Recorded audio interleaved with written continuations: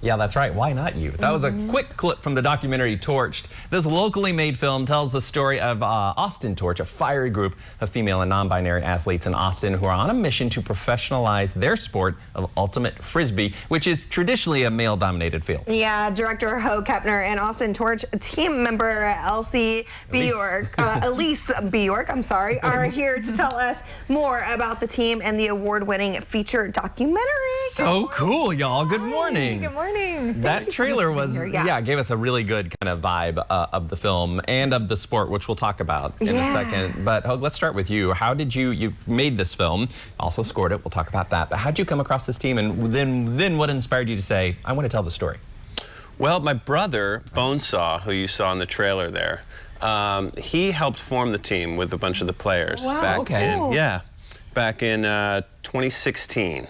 And I remember at the time thinking, there might be a story here. So I picked up a camera and started kind of taking a bunch of footage. It wasn't until after COVID when the team almost folded, and even the league kind of was in doubt, that I thought now's the time to sort of pick up the thread again and make a story about their rise from the near ashes, so to speak. Almost ashes, Yeah, that is so neat. But just to be able to be in that space, like having your brother as that connection, and then just like deciding, hey, I'm going to bring my camera out there and see where this leads, and look where you're at now. You have a full-blown documentary. Right, I know. Look where we are. Yeah, that's pretty cool. That's you, Elise. Yeah, that's you. What a great photo. That would be my profile picture for the rest of my life. That is so good. So, Elise, how did you get involved with the team? And for anyone out there that's not familiar, can you tell us what ultimate frisbee is and the game and just like all the things that you admire? It is not it's not me throwing my frisbee out for Dot on a walk. It is a very different story. Very different, yes. So ultimate frisbee is a non-contact sport that's played on like a football field size field where there's end zones on either end. And the goal is to catch the frisbee in the end zone for a score. That score is worth 1 point, and you can't run when you catch the frisbee. So if I pass it to a teammate, they have to stop and kind of pivot and throw it to someone else. So you'll see in the clips here people diving on the ground, because if the disc hits the ground, then it's a turnover. The other team picks it up, starts going towards their end zone. So you really have to catch the disc every time until you get all the way to that end zone. So super fast-paced, super fun sport. And what made you want to get involved? I joined at the University of Texas at Austin when I was in college in 2009, and so I've played for the last 15 years in various club sports. I've done a little bit of coaching as well, and so it's just a sport that I love. The community's amazing. It's so supportive. It's so inclusive. The sport keeps me traveling, keeps me fit, keeps me around a great group of people. So I absolutely love the community. What's better than that? That's cool. So explain to us a little bit how it works. So what is the league as it exists, and what's the goal? Yes, so the Premier Ultimate League is the league that we play in. It's teams across the U.S., and our goal is to promote visibility for the sport, for women and non-binary athletes to get their chance to show off our skills.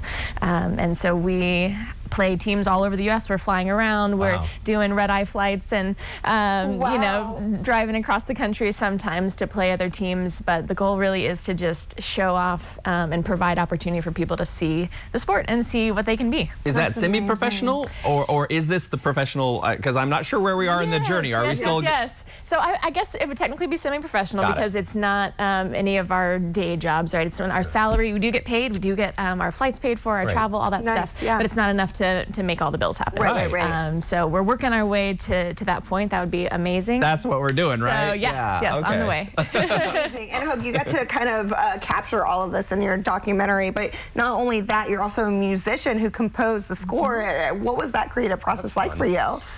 Yeah, I sort of composed the score, some of it. I definitely sourced a lot of it and kind of put different sounds together and sound designed it, I'd say. But my band, there are several songs from my band in there. Oh, cool. Who's your band? What's your band? Yeah, well, there's one previous band that I had for about 16 years, full service. Wow. And there's some songs from that, and then there's a song from my new band, Two Player. And that's a band I'm in with Bonesaw. Oh, cool. The co-founder, you know, who's in the film. Yeah. What a fun family. I know.